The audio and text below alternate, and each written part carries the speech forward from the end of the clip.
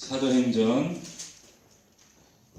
16장 11절부터 15절까지 우리 한 절씩 교도합니다. 제가 먼저 읽습니다. 우리가 드로아에서 배로 떠나 사모드라게로 직행하여 이튿날 네아폴리로 가고 거기서 빌립보에 이르니 이는 마게도냐 지방의 첫 성이요 또 로마의 식민지라. 이 성에서 수기를 요하다가 안식일에 우리가 기도할 곳이 있을까요? 문 밖 강가에 나가 거기 앉아서 모인 여자들에게 말하는데 두아디라시에 있는 사세고각 장사로서 하나님을 섬기는 루디아라는 한 여자가 말을 듣고 있을 주께서 그 마음을 열어 바울의 말을 따르게 하시니라. 다 같이 그와 그 집이 다 세례를 받고 우리에게 청하여 이르되 만일 나를 주 믿는 자로 알거든 내 집에 들어와 유하라 하고 강권하여 머물게 하니라. 아멘. 그 마음을 열어 이와 같은 제목으로 하나님 말씀 증거하겠습니다.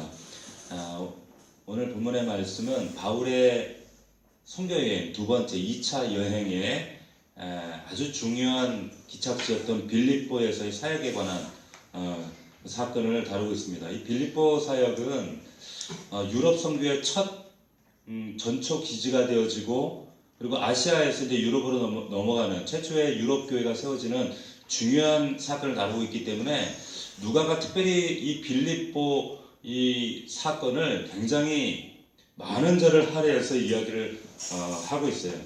여기 보시면 11절에서 마지막 40절까지 아주 긴 사건을 다루고 있는데 그만큼 그 빌립보 교회에서의 사역이 중요하기 때문에 누가가 의도적으로 아주 참 긴 절에 걸쳐서 이 기록을 남겨두고 있다라고 하는 겁니다.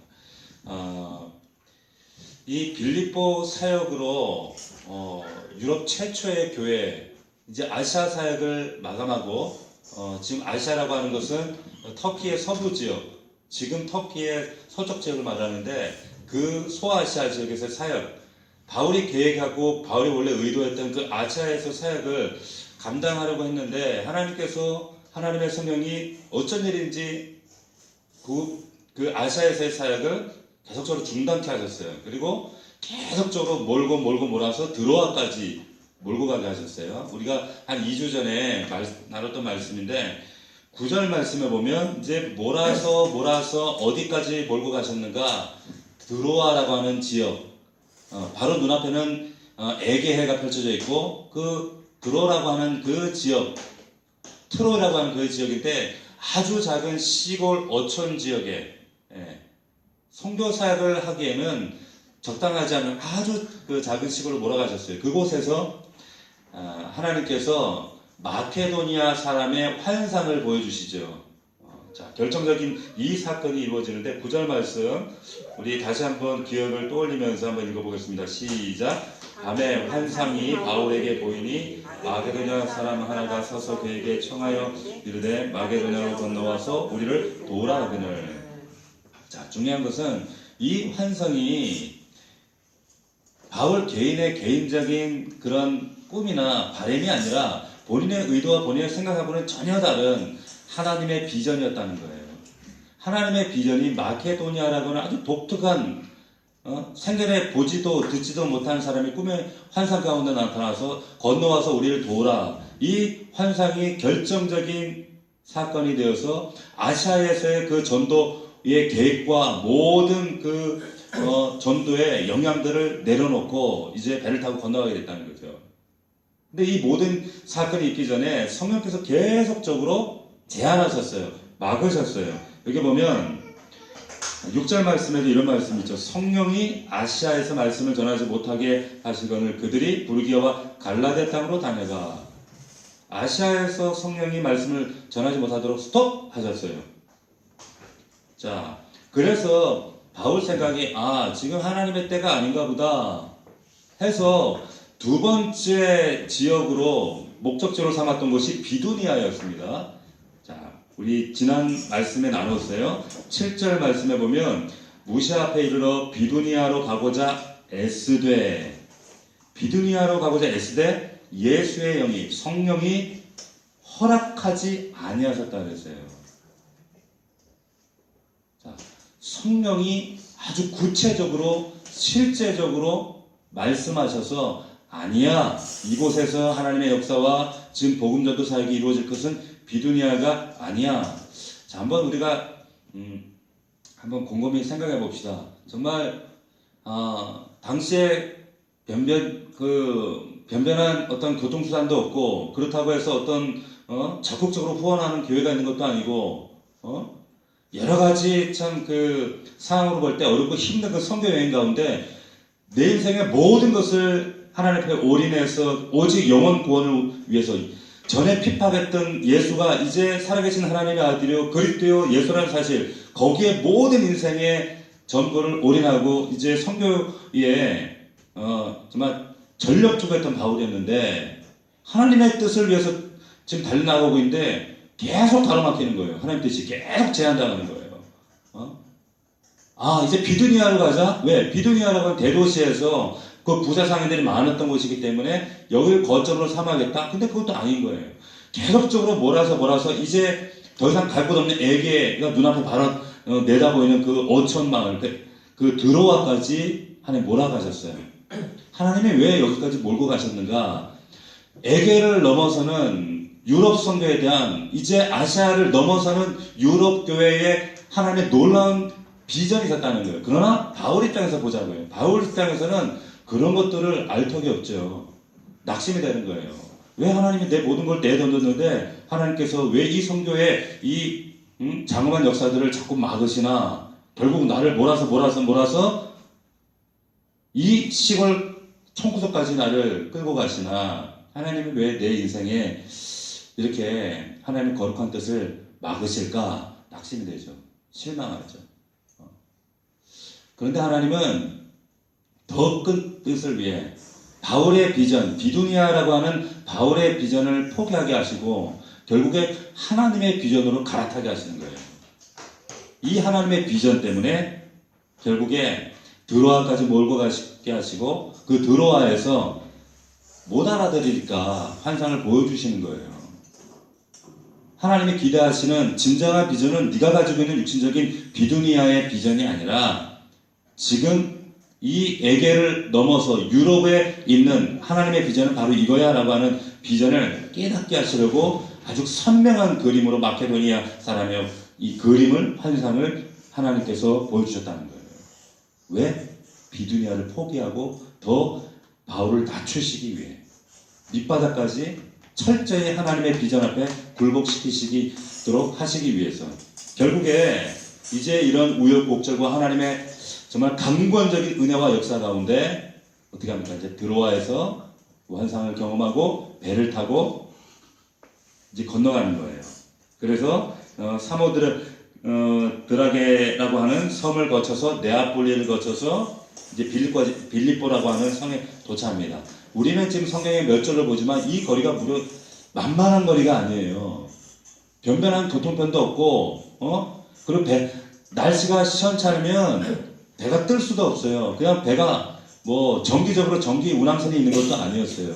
이 250km, 약 거리상으로 250km나 되는 이 거리를 단숨에 이틀 만에 간 겁니다. 이틀 만에 간 거예요. 이것도 은혜예요. 이게 얼마나 하나님의 은혜인가를 여러분들이 잘 이해하셔야 됩니다.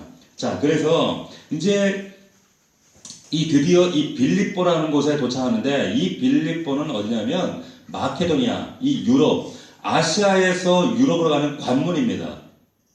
마케도니아라고 하는 큰 주에 수도가 있는데, 그 수도가 어딘가 하면 성경에 나오는 데살로니가예요. 그 데살로니가가 수도고, 그리고 이 빌립보가 거기에 첫 성이에요. 바울이 첫 번째 들었던 성인데 거기에 편입된 성입니다. 과거에 알렉산더라고 하는 왕이 있었죠. 그 왕의 아버지가 필립 2세라고 하는 왕이 있었는데, 자신의 이름을 따서 이곳 이름을 명명해서 빌립보라고 이렇게 지은 거예요. 그리고 기원전 147년 로마에 이제 점령당하면서 이것이 마케도니아 주로 편입이 된 겁니다. 그래서 이제 빌립보하고 하는 그 이름으로 이제 남게 되어지는데, 이곳에 드디어 이제 바울이 250km의 용로와 해로를 거쳐서 장도를 거쳐서 중간에 기착지를 거쳐서 이제 도착하게 된 겁니다. 이곳에서 이제 일어난 사건을 다루고 있는데 여기에 보면 13절 봅시다. 우리 13절 말씀을 다시 한번 제가 읽을 테니까 잘 들어보십시오. 안식일에 우리가 기도할 것이 있을까 하여 문밖 강가에 나가 거기 앉아서 모인 여자들에게 말하는데, 자 이제 빌립보에 도착했어요. 그런데 때마침 안식일이 됐습니다. 바울은 일반적으로 안식일이 되면 어디를 찾았는가? 회당을 찾았습니다. 왜? 회당에 가서 복음을 전해야 했기 때문에 회당을 갔는데 이곳에 빌립보에는 회당이 없었어요. 왜 없었는가? 유대인들이 많지 않았다는 거예요. 회당이 지어지기 위해서는 유대인 남자 10명 있으면 회당이 그들의 법상으로 회당을 지을 수가 있었어요. 그런데 유대 사람 10명도 없었다는 얘기예요. 그만큼 유대인들이 적었고 이방인들이 많았던 곳이었는데, 이렇게 회당이 없는 지역에는 회당을 대신해서 기도처라고 하는, 프로슈켄이라고 하는 기도처를 유대법상 임시적으로 만들도록 이렇게 되어 있었어요. 그래서 안식일이 되었을 때 회당이 없기 때문에 바울은 을에 그랬던 것처럼 기도할 곳을 찾아, 말씀을 전할 곳을 찾아서 기도처, 이 프로슈켄을 찾았다는 겁니다. 찾아서, 그런데 거기에 남자도 아니고 유력한 사람들도 아니고 그냥 여자들이 모여 있는 거예요. 그것도 강가에, 어떤 집도 아니고 강가에 모인 여자들이 모여 있었어요. 여자들이 모여 있는데 하찮은 모임이잖아요. 지나갈 수 있는, 그냥 빨라테 아줌마들이 모여갖고 수다 떨고 있는데 거기에 가가지고 물었던 거예요. 그런데 이것도 은혜입니다. 이것이 하나님의 섭리요, 하나님의 역사하심이요, 하나님의 계획도 여기에 스쳐 지나가는 사람들이 아니라, 이 스쳐 지나갈 것 같았던, 나와는 아무 안면도 없고 나와는 일면식도 없던 그 사람들이었지만, 그들을 통해 하나님은 하나님의 놀라운 유럽 선교의 중요한 일들을 섭리 가운데 진행시키고 계셨다는 거예요. 그래서 은혜라고 하는 겁니다. 자, 그래서 여기서 누구를 만나요? 드디어 루디아를 만나는 거예요. 자, 14절 말씀 봅시다. 같이 한번 읽어봅시다. 시작. 두아디라 시에 있는 자색 옷감 장사로서 하나님을 섬기는 루디아라 하는 한 여자가 말을 듣고 있을 때 주께서 그 마음을 열어 바울의 말을 따르게 하신지라. 아멘. 이게 얼마나 놀라운 말씀인지 몰라요. 하나님께서 사도 바울이라고 하는 그 위대한 선교사의 그 사역의 모든 전환을 만드시고 환상까지 동원하시고 아시아에서 유럽까지 건너오게 하셔서 지금 하나님의 놀라운 비전을 이루시기 위해서 놀라운 만남을 계획하셨는데, 그게 하찮은 여자였어요. 이방인 여자. 근데 그 동네 강가에 빨래터에 앉아있던 이 여자를 통해서 놀라운 하나님의 일들이 지금 준비되어지고 수태되어지고 있다는 거예요. 자, 읽어보십시오. 이 두아디라 시에 있는 자색 옷감 장사, 이 두아디라 시에 원래 살고 있는 것이 두아디라라고 하는 거예요. 루디아가 살고 있는 것이 두아디라 시에 있는데, 자색 옷감, 당시에 아주 귀족들 그리고 꽤 살만한 사람들은 이 자색, 쉽게 말하면 비단옷이에요. 이 비단옷을 파는 사람이 바로 루디아였어요. 루디아. 그러니까 꽤 재정적으로 좀 부유한 그런 여인이었죠. 이 루디아라고 하는 것은 그 고유명사가 아닙니다. 이름이 아니에요. 개인의 이름이 아니에요. 리디아라고 하는 그 지명입니다. 그래서 뭐 루디아가 고유명사 이름이다, 아니다, 그냥 보통 명사. 근데 대체적으로 이 루디아라고 하는 건 본명이 아니라, 빌립보에 보면 유오디아와 순두개라는 사람이 나와요. 그 둘 중에 한 사람일 것이다, 이렇게 추정을 합니다. 명확한 근거는 없어요. 그러나 루디아라고 하는 본명은 아니라고 하는 거예요. 루디아, 말하자면 루디아 댁이라는 얘기예요. 두아디라 시에 살고 있는 루디아 댁, 이런 뜻이에요. 근데 이 루디아와 이제 하나님의 놀라운 섭리의 인도하신 가운데 이런 극적인 만남이 이루어지는 거예요. 이 만남이 이루어지는데, 이방인이었지만 오늘 말씀해 보니까 하나님을 섬기는 루디아라 그래요. 왜 그런가? 이 회당 하나 없는 이 그 빌립보였지만, 그가 살고 있는 이 두아디라 그리고 마케도니아, 그 지역에는 유대인 정착촌이 있었어요. 그러니까 회당이 있었다는 거죠. 그러니까 유대인들 통해서 하나님을 지금 믿게 된 개종한 이방인이었던 거예요. 그를 만나서 지금 이제 예수 그리스도가 구세주요, 이분이 하나님의 아들이요 주이다라는 사실을 선포했어요. 말씀을 전하는데 이 말씀을 듣는 때 하나님의 놀라운 은혜가 임합니다. 그 마음을 열어 바울의 말을 따르게 하신 거예요. 자, 14절 하반절 말씀에 보면 한 여자가 말을 듣고 있을 때 주께서 그 마음을 열어. 누가 열어요? 주께서 열었어요. 바울이 연 게 아니었어요. 바울이 연 것이 아니었어요. 주께서 그 마음을 열어서 바울의 말을 따르게 하신 거예요.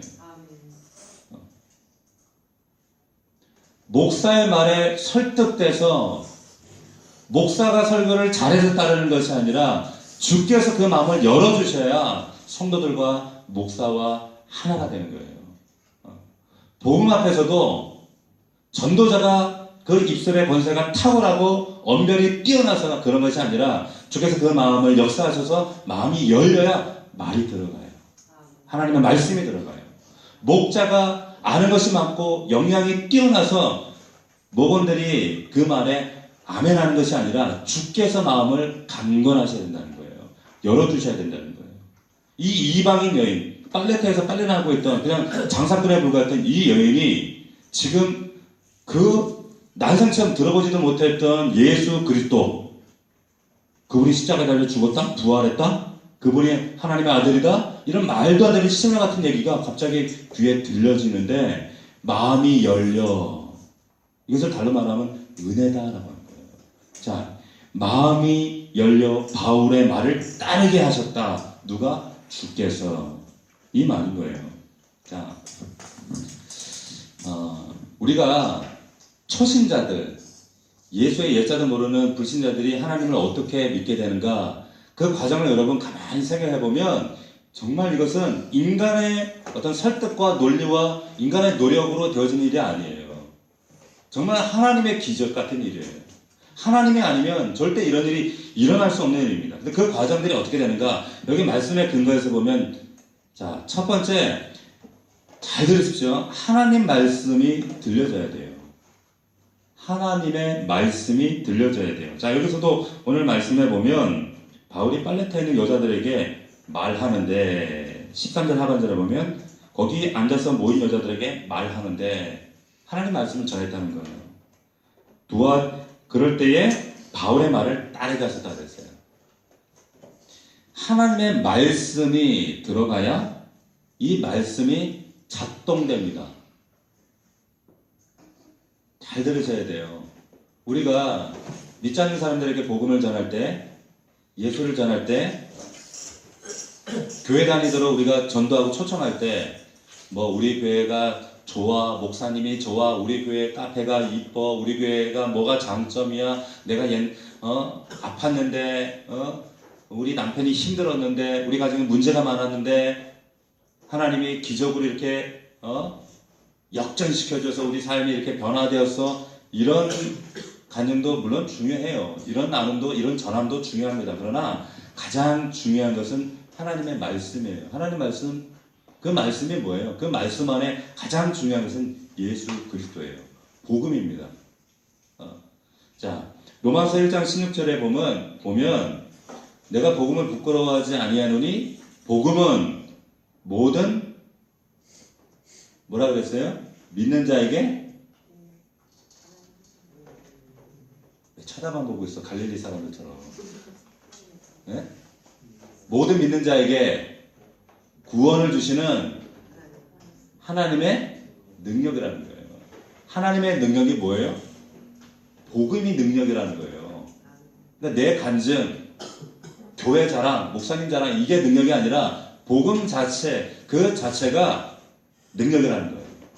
복음이 곧 이퀄 능력이다. 이 복음은 뭔가 예수 그리스도, 그분이 지난주에도 말씀드렸지만 예수가 그리스도요 주인이라는 거예요. 그분이 십자가에서 죽었고 부활했다는 사실. 이 자체가 뭐 그리 놀랄만한 사건이, 이게 뭐 대단한 것이고 싶은데 실제로 실제로 복음의 현장 가서 우리가 사형리나 생명의 다리를 전하죠. 그 말씀이 과연 뭐 그 말씀 앞에 사람들이 뭐 믿고 꼬꾸라지고 그럴까? 그런데 이 복음이 이 말씀 때문에 사람들이 돌아와요. 영적 의구심을 갖기 시작해요. 꼬꾸라진다니까요. 저는 그런 일들을 너무 많이 경험을 해요. 그러니까 뭐 내가 어릴 때 저도 간증이 꽤 많거든요. 내가 뭐 어릴 때 뭐 아팠다가 살아났고 뭐 이런저런 간증 이런 것들은 들으면 어머나 신기하네. 끝. 근데 복음 예수 그리스도의 그 단순한 그 복음은 그 복음이 그 안에 영혼에서 일을 해요. 일을 한다는 거예요. 그래서 로마서 1장 17절 말씀에 보면 10장 17절에 우리가 너무 잘 아는 말씀 있죠. 그러므로 믿음은 들음에서 나며 들음은 그리스도의 말씀으로 말미암다는 거예요. 믿음은 들음에서 난다는 거예요. 자, 신앙은 어떻게 자라는가? 어떻게 생기는 가지게 되는가? 신앙의 요인이 뭐냐? 첫 번째, 하나님 말씀 들어야 돼요. 복음을 듣게 해야 돼요. 말씀이 선포돼야 되는 거예요. 그래야 그 말씀이 능력이 되고 들을 때에 믿음이 역사해요.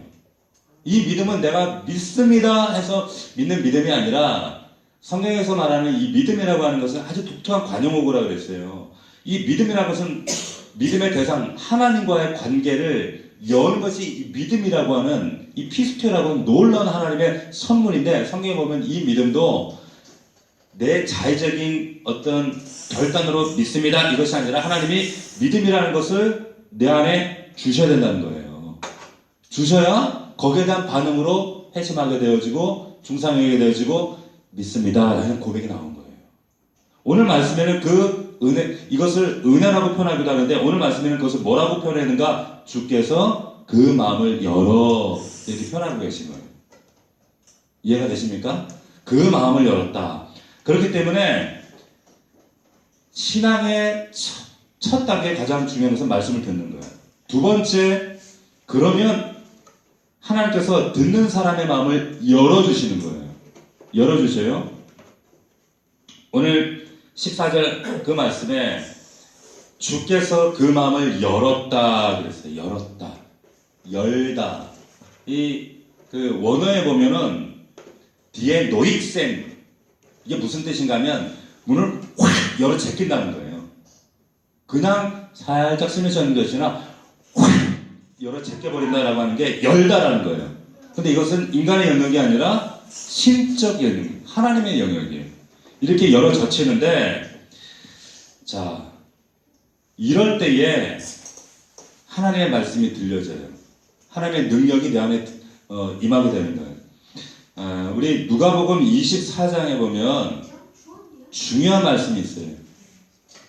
누가복음 24장 말씀 보면 엠마오로 가는 두 제자 이야기가 나옵니다.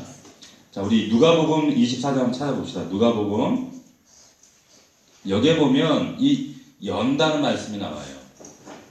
뒤에 노역생이라고 하는 이 말씀, 동일한 단어가 등장하는데 누가복음 24장 25절 한번 찾아봅시다.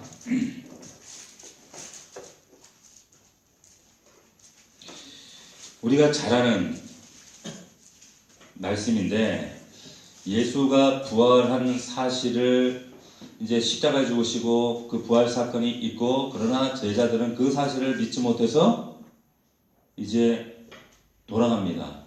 그 제자가 명확하게 명시되어 있지는 않지만 그 제자들 엠마오로 가는 두 제자 이야기가 24장에 등장하는데 25절에 보면 슬그머니 그 도중에 엠마오로 가는 그 도상에서 예수님이 나타나시죠. 그리고 그들에게 말씀을 풀어주시는 거예요. 자, 그런데 예수님께서 믿음이 없고 그 마음이 열려있지 않은 이 하나님의 은혜, 열리지 않은 사람을 뭐라고 하시는가 하면 25절에 이렇게 표현하세요. 자, 한번 읽어봅시다. 시작. 이르시되 미련하고 선지자들이 말한 모든 것을 마음에 더디 믿는 자들이요. 더디 믿는 자들. 미련하고 선지자들의 말한 모든 것을 마음에 더디 믿는 자들. 하나님의 말씀을 듣기는 듣는데 안 들려요. 머리 이성적으로는 계속 판단하는데 그 마음이 다치면 하나님의 말씀이 내 안에서 진리로 하나님의 영으로 생명으로 역사하지 않습니다. 일하시지 않습니다.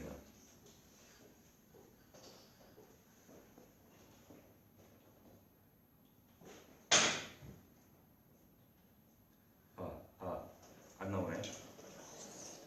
네? 자, 일하시지 않아요. 예수님이 그런 자들을 향해서 뭐라 말씀하신가 하면 더디 믿는 자들이다. 더디 믿는 자들. 네. 우리 주변에도 이런 분들이 많이 있어요. 왜 그럴까요? 그 마음을 지금 닫고 있어서 그래요. 열려지지가 않아요. 그래서 이런 우리 주변에 믿음의 우리 가족들이나 주변에 또 믿지 않는 그 우리 대상자들을 볼 때 우리가 기도해야 될 것이 뭐냐? 하나님, 이들의 마음이 예수 그리스도의 복음의 말씀을 통해서 열리게 하옵소서. 열릴지어다 선포해야 되는 거예요. 그래야 하나님 말씀이 들려져요. 자, 그런데 32절에 보면 31절에 보세요. 31절에 우리 같이 한번 읽어봅시다. 시작. 그들의 눈이 밝아져 그인 줄 알아보더니 예수는 그들에게 보이지 않으시고, 여기 그 눈이 밝아졌다 그랬어요. 이 밝아졌다는 이 말이 아까 말씀드렸던 디에노익생이에요. 내가 밝아진다고 밝아지는 게 그분이 밝아지도록 해 주셔야 돼요. 예수께서 그 에마루하는 도상에 있는 그 제자들에게 말씀할 때에 열리는 거예요. 눈이 밝아지는 거예요. 자, 그리고 32절 보십시오. 32절 우리 같이 읽어봅시다. 시작. 그들이 서로 말하되 길에서 우리에게 말씀하시고 우리에게 성경을 풀어주실 때에 우리 속에서 마음이 뜨겁지 아니하더냐. 여기 성경을 풀어주실 때에, 이게 뒤에 노익생이에요. 다시 말하면 정리합니다. 닫힌 마음을 열어주셔야 돼요. 그리고 묶였던 하나님 진리에 대한 말씀을 풀어주셔야 돼요. 그럼 닫혀있던 나의 이 영적인 눈을 밝혀주셔야 돼요.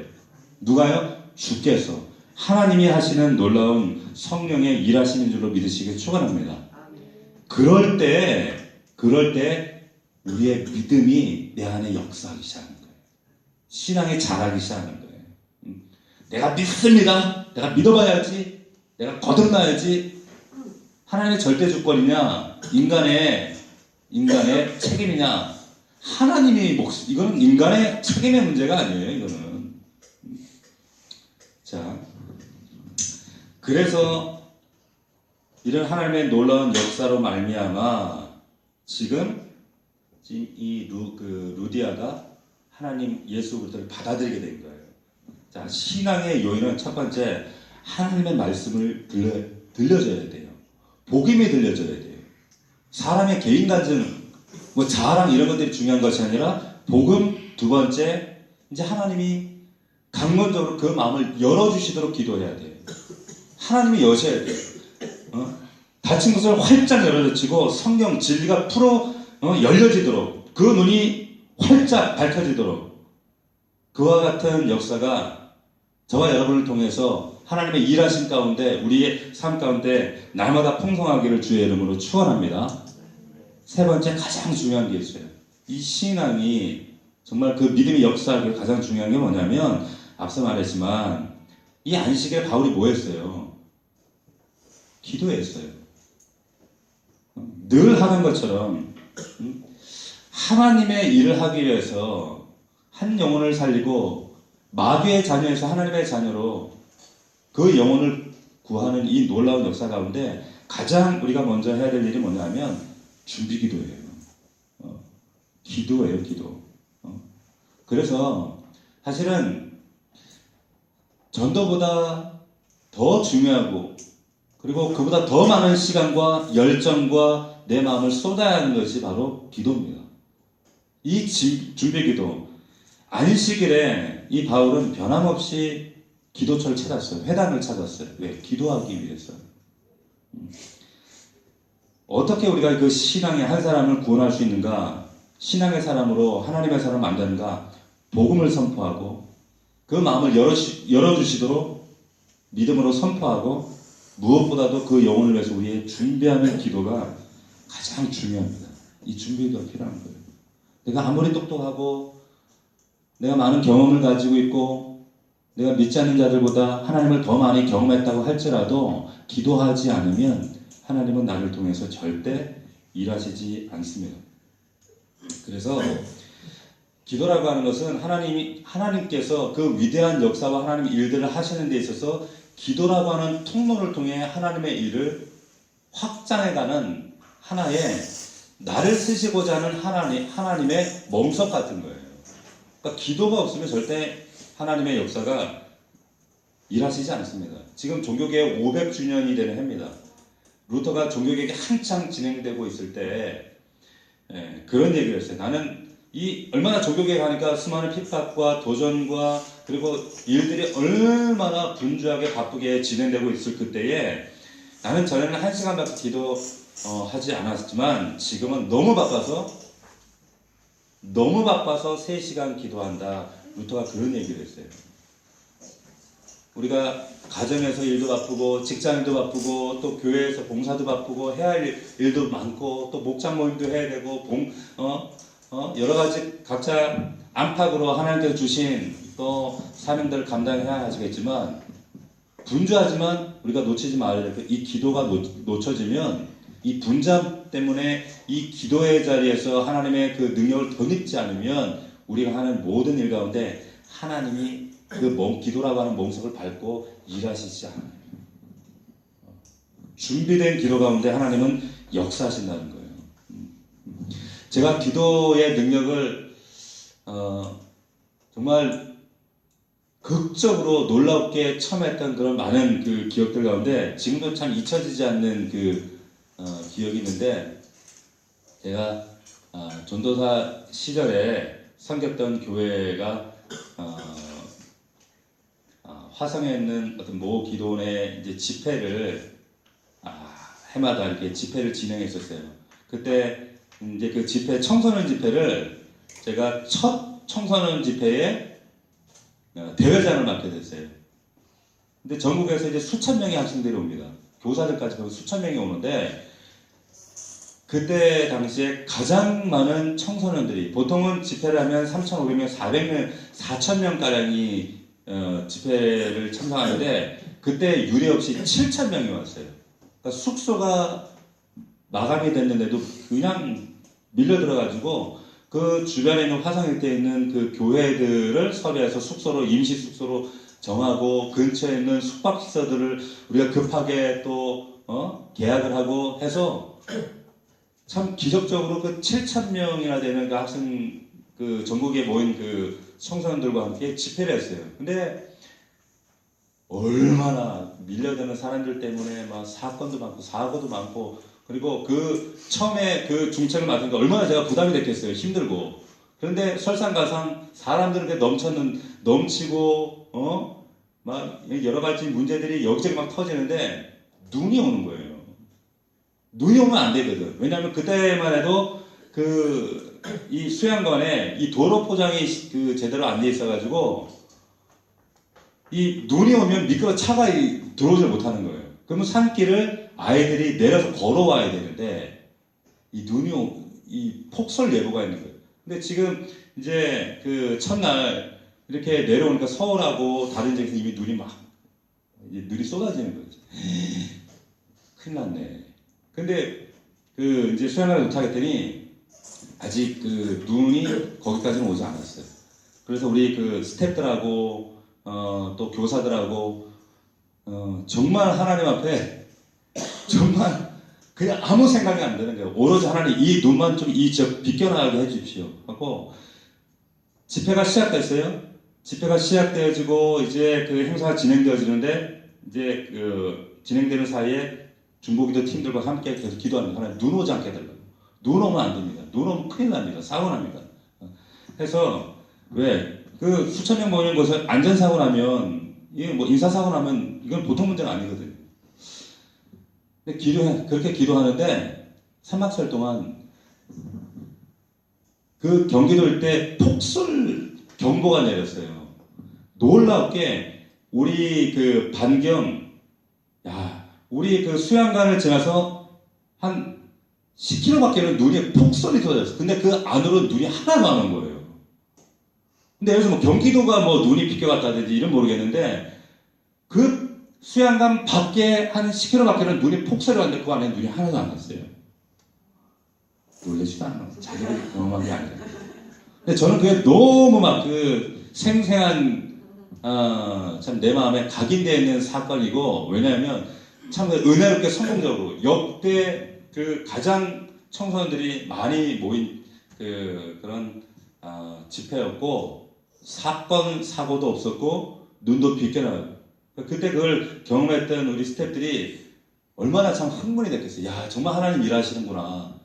하나님 우리 기도를 들으셨구나. 정말 하나님은 기적의 하나님이시구나. 하나님은 지금도 우리 가운데 일하십니다. 할렐루야. 어떻게 기도하는 자에게 역사하시는 거예요. 기도할 때 그 기도가 우리에게 하나님의 말씀이 일하시고 그 복음이 능력이 되고 한 사람의 마음을 열게 하고, 이 모든 사람, 생각지도 않았던 그 하나님 유럽 선교의 그 현장 가운데 그 빨래터에 앉아있는 그 한 예를 만나게 하시는 그 역사까지, 이 모든 섭리가 하나님의 그 일하신 가운데 순차적으로 순조롭게 아름답게 진행될 수 있게 하는 그 원동력이 어디 있느냐?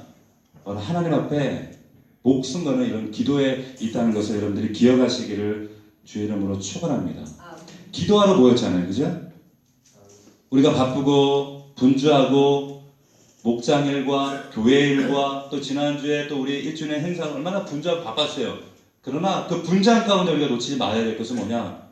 하나님을 상대하는 이 기도의 시간을 절대 놓치면 안 된다는 거예요. 자, 그래서 어떤 일이 일어났는가? 자, 15절 보십시오. 자, 이 루디아를 만나서 이제 그 루디아의 가정이 예수 믿고 구원 얻게 되는 역사가 일어납니다. 우리 15절 말씀 같이 읽겠습니다. 시작. 그와 그 집이 다 세례를 받고 우리의 청하여 이르되 만일 나를 주 믿는 자로 알거든 내 집에 들어와 유하라 하고 강건하여 머물게 하니라. 루디아만 믿게 된 것이 아니라 그와 그 집이 다 세례를 받았어요. 자, 예수 그리스도를 인정하는 그 순간에, 이때 당시에는 무조건 그 집에 한 사람이 유력자가 믿으면 그 집안 사람들이 다 믿어요. 여기 이 집이라고 하는 것은 하우스가 아니에요. 홈입니다. 그런데 우리가 생각하는 가정이라는 의미가 아니라 루디아라고 하는 이 유력자, 이 장사꾼이잖아요. 그 안에 있는 직원들, 가솔들, 식솔들 모두 그 사람들 다 포함한 사람들이에요. 그 집이 다 세례를 받아요. 일시에 그날 다 세례를 받게 된 거예요.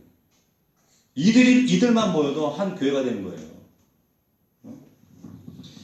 자, 그래서 생겨난 교회가 어떤 교회였습니까? 유럽 최초의 교회. 유럽 각 지역으로 이제 데살로니가로 고린도로 이제 수많은 교회들을 세워나가기 시작하는데, 그 교회의 성교의 시발지 역할을 했던 빌립보 교회가 세워지는 거예요. 이 빌립보 교회.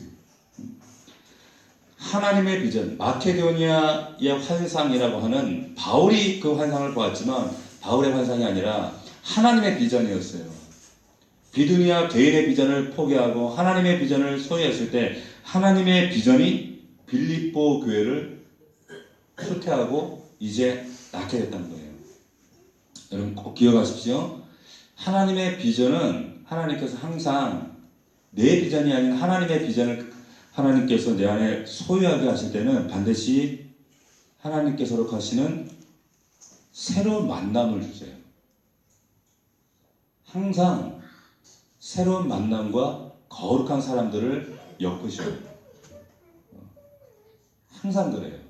저의 경우에도 그랬어요. 하나님이 주신 비전에는 그 비전을 가지고 너 혼자 알아서 해? 아니요. 모세가 하나님의 비전을 발견했을 때 모세에게 돕는 자들을 아론과 그 동역자들을 붙이셔요. 이두로를 붙이신 것처럼 하나님은 항상 비전에 걸맞는 동역자를 붙이세요. 그 비전이 하나님의 비전일 때 그 비전은 반드시 영혼을 살리는 현장으로 이루어져요. 여러분들이 꼭 기억하시길 바랍니다. 하나님의 비전 뭐였어요? 유럽 선교였어요. 유럽 구원하였어요. 그리고 빌립보 교회를 세우시고자 하는 그 마음에 하나님은 이미 빌립보 교회를 마음의 심장에 품고 계셨어요. 이 영혼 구원을 위해 이 빌립보에 누구를 준비하셨나? 루디아를 준비하셨어요. 빨래터에 앉아있던 그 작은 여자에 불과했던 얘네 불과했던 그 루디아를 준비하셔서 이 루디아의 가정을 통해서 이 루디아 가정을 사용하셔서 하나님의 이 놀라운 선교의 비전, 하나님의 놀라운 이 역사를 이루어 나가셨다는 겁니다. 나와 여러분의 가정이, 내 자신이, 여러분의 가정이 이렇게 하나님 손에 이 루디아의 가정처럼 하나님의 계획 가운데 준비되어지고 쓰임받을 수 있기를 주의 이름으로 축원합니다. 내가 그렇게 쓰임받아야 돼요. 내가 그 루디아가 돼야 돼요. 우리의 가족이, 우리의 가정에 내 남편이, 우리의 자녀들이 이렇게 인간적으로 볼 때는 이 루디아, 지나가는 장사꾼에 불과할 때 이 사람이 생각해보세요. 유럽 선교, 지금 유럽에 가보면 그 유럽 기독교 문명이 그 화려한 꽃을 피웠던 그 유럽 기독교 문화의 그 첫 출발이 바로 이 루디아 집에서 이루어진 거예요. 이 루디아 집에서 이 놀라운 역사는 마케도니아의 그 하나님의 그 비전을 통해서 이렇게 진행되어졌다라고 하는 겁니다. 하나님의 일들을 우리가 하나님의 비전을 꿈꾸게 되면 내 비전이 포기되어지고 하나님의 비전이 내 안에 진행되어지고 그것이 내 안에 자라 역사하게 되면 하나님께서 그 나머지 일들은 아주 형통하게 정말 아름답게 진행해 나가시는 것을 오늘 말씀 중에 우리가 깨달을 수가 있습니다. 잘 보세요. 드로아에서 환상을 봤어요. 지금 그 사모드락의 섬을 지나서 그리고 네아폴리 빌립보까지 250km예요. 그 250km를 오늘 말씀해 보면 며칠 만에 갔어요? 이틀 만에 갔어요. 생각해 보세요. 지금 250km를 당시에 교통편도 변변찮은데 이틀 만에 갔어요. 순풍을 달고 그냥 간 거예요. 자, 그 사도행전의 그 뒤에 가면, 사도행전 20장에 가면 이 빌립보에서 다시 이제 되돌아가는 길의 사건을 기록하는 말씀이 있어요. 사도행전 20장 6절에 보면 그때 바울이 며칠 걸렸는가 하면 그때는 닷새가 걸려요. 그러니까 일반적으로 이 길은 최소한 닷새에서 7일 걸리는 여정입니다. 그때 당시에 사람들의 교통적인 수단은, 왜냐하면 그냥 바닷가에 가면 배가 딱 대기하고 있는 것도 아니고 바람에 따라, 풍랑의 높이에 따라 모터 달린 배도 아니에요. 그런 그 길을 이틀 만에 갔어요. 자, 사도행전 20장 6절 봅시다. 사도행전 20장 6절 보면 이제 나중에 빌립보에서 드로아로 돌아가요. 다시 그 길을 반대로 역으로 돌아갑니다. 뭐라고 하는가 하면 20장 6절 같이 있습니다. 시작. 우리는 무교절 후에 빌립보에서 배로 떠나 닷새 만에 드로아에 있는 그들에게 가서 이래를 머물렀다. 닷새가 걸렸어요. 이해하시겠어요? 그런데 마케도니아의 환상을 드로아에서 보고 지금 마케도니아에 입성할 때는 단 이틀 만에 순풍에 돛을 달고 거침없이 들어간 거예요. 뭐냐? 하나님의 비전, 하나님의 뜻에 순종하는 사람들 하나님께서 앞길을 확 열어버리세요. 그 뜻 가운데 동의되어지고 내가 순종할 때 생각해 보세요. 거기에 난생 처음 도달한 그 땅에서 하필 그 빨레터에서 만났던 그 여인이 루디아예요.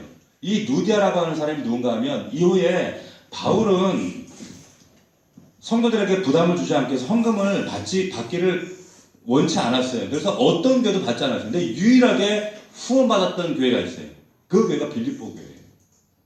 빌립보 교회만 유일하게 바울이 후원을 받아요. 데살로니가에 갔을 때도 이 빌립보에서 보내는 이 후원을 2번씩이나 받아요. 그 너희의 후원은 내가 다른 교회는 안 받았으면 너희는 받았다. 고마워하는 그런 말씀이 빌립보에 보면 나와요. 무슨 말이냐면 이 빌립보 교회가 이 루디아를 중심으로 한 이 빌립보 교회의 그 유럽에서의 이 전초 기지를 통해서 각 지역의 유럽의 선교에 어떤 거점 같은 역할을 한 거예요. 후원자 역할을 한 겁니다.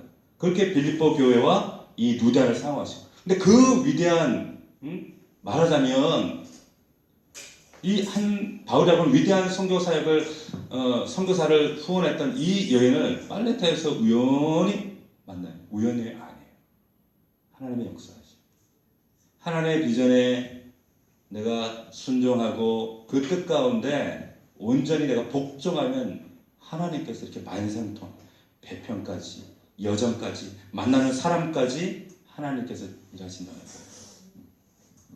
그 하나님의 비전 앞에서 날마다 우리의 모습을 다시 한번 점검하고 그 뜻 가운데 중요한 것은 그렇기 때문에 비두니아에 가고자 했던 내 육신의 생각들을 내려놓는 것이 중요한 거예요. 여전히 내 안에 하나님의 계획과 그 비전보다 내 비전, 내 뜻이 앞서고 있지는 않은가. 내 목장을 바라볼 때, 우리 교회를 바라볼 때, 혹은 우리 가정을 바라볼 때 내가 품고 있는 나의 계획들이 있지 않은가? 내가 기대하고 있는 것들이 있지 않은가? 비두니아에 가고자 애썼던 바울처럼 여전히 내가 애써보자 하는 그런 마음들이 있지 않은가? 그런 마음들 하나님은 내려놓게 하세요. 왜? 그래야 하나님의 비전이 그 자리에 자리 잡을 수가 있다는 거예요. 그 비전을 통해 하나님은 오늘 말씀을 통해서 이렇게 일하시고 이 빌립보 교회의 놀라운 기적을 이루셨다는 겁니다.